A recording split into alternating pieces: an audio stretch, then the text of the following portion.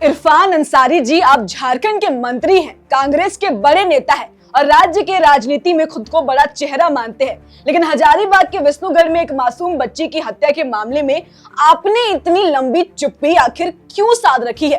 पूरा राज्य इस घटना से आक्रोश में था, लोग सड़कों पर थे, हर तरफ सवाल उठ रहे थे, लेकिन आप खामोश क्यों हैं? ना आपने सोशल मीडिया पर कोई पोस्ट दे लिखी, ना आपने किसी मंच से कोई बयान दिया, ना पीड़ित परिवार के लिए खुलकर आवाज उठाई। आखिर ऐसा क्यों?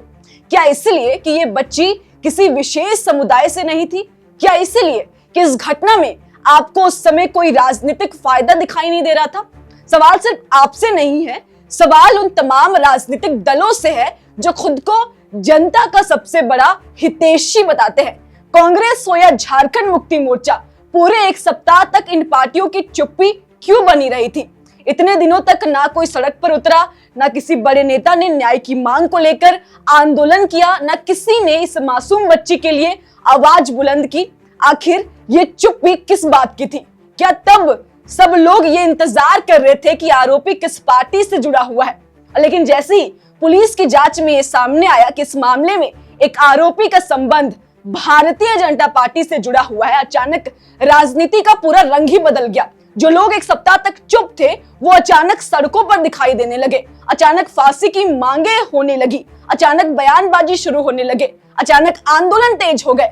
अब सवाल यही है कि अगर न्याय की लड़ाई सच में थी तो यह आवाज पहले क्यों नहीं उठी? क्या एक मासूम बच्ची की जिंदगी की कीमत अब इस बात पर तय होगी कि आरोपी किस पार्टी का है?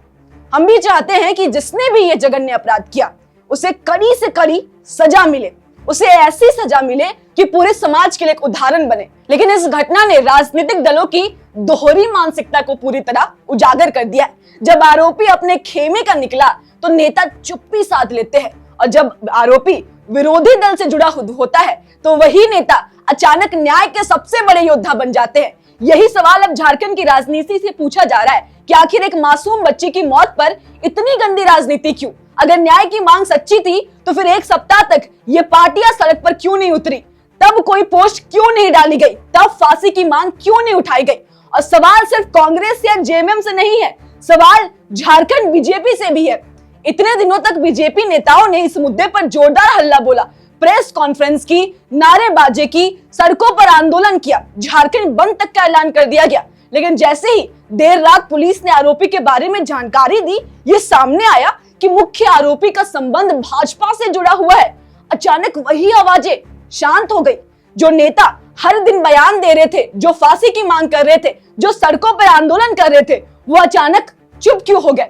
झारखंड बीजेपी के प्रदेश अध्यक्ष बाबूलाल मरांडी जी, अब इस मामले में खामोश क्यों हैं आप? कल तक जो लगातार आप बयान दे रहे थे, आज उनके सोशल मीडिया पर इस घटना को लेकर कोई कड़ी प्रतिक्रिया दिखाई नहीं दे रही है। इसलिए सवाल और भी तेज हो गया है कि क्या एक मासूम बच्ची की मौत भी सिर्फ राजनीतिक रोटी सेकने का जरिया बन गया है? क्या न्याय की आवाज भी अब इस बात पर निर्भर करेगी कि आरोपी किस पार्टी का है, किस समुदाय से आता है? सच तो यह है कि इस पूरे कांड ने झारखंड की राजनीति का असली चेहरा सामने कर दिया है। यह इंसाफ की बात तब तक होती है जब उससे राजनीतिक फायदा नहीं मिलता हो। जिस दिन सच सामने आता है उस दिन नेताओं की आवाज बदल सी जाती है और आंदोलन की आग ठंडी पड़ जाती है। एक मासूम बच्ची की जिंदगी चली गई है, एक परिवार बर्बाद हो गया है, लेकिन राजनीतिक दलों के लिए यह सिर्फ एक मुद्दा बन के रह गया। आज हालात ये है कि इंसानियत से ज्यादा धर्म, जाति और पार्टी के पहचान मायने लगने लगे हैं। इसीलिए तो अब जेएमएम सड़कों पर उतर रही है और बीजेपी खामोश बैठी है। इस पर आपकी क्या राय है? कमेंट जरूर बताइएगा और ऐसी खबरों के लिए देखिए लोकतंत्र 19। मेरा नाम रितिका शर्मा है। तब तक जोहार रहेगा।